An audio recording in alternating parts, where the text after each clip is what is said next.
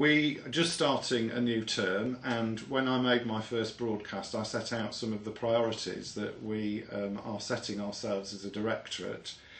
From a school's perspective, clearly our main priority remains supporting school improvement and raising pupil attainment. All of the results from 2009 have now been made public, and most recently the Key Stage 4 results were announced by DCSF in early January.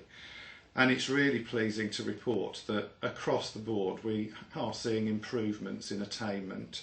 I'm particularly delighted with performance at the foundation stage, and our foundation stage profile now is showing not just an improvement in the raw results, but very significantly a real major progress in narrowing the gap between those coming from the more deprived backgrounds and the rest.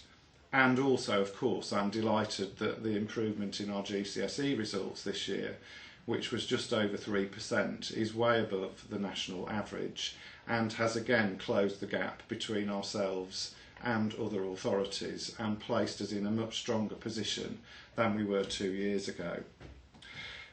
We're not there yet, and we need to continue to strive to further improve performance.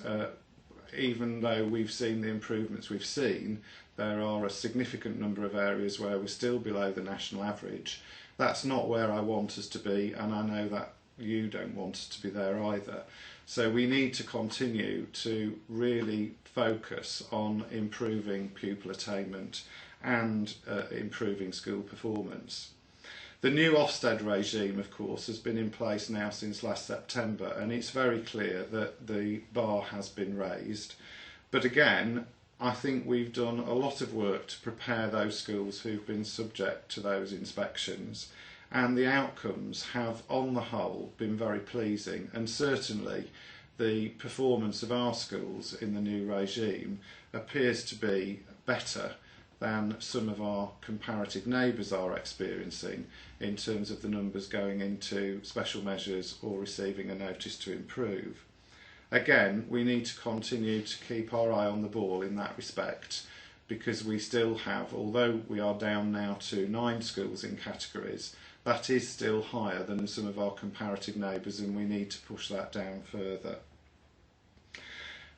Rachel Singer, who's our Head of Learning Achievement and School Improvement, is now, as we speak, planning for the next phase of work around our school improvement services, particularly taking into account the ideas that have been put forward in the government's white paper on the future of school improvement.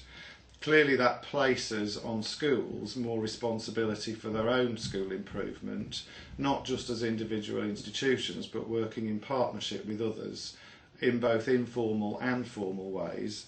And we want to get into discussions with you about how we adapt and adopt that policy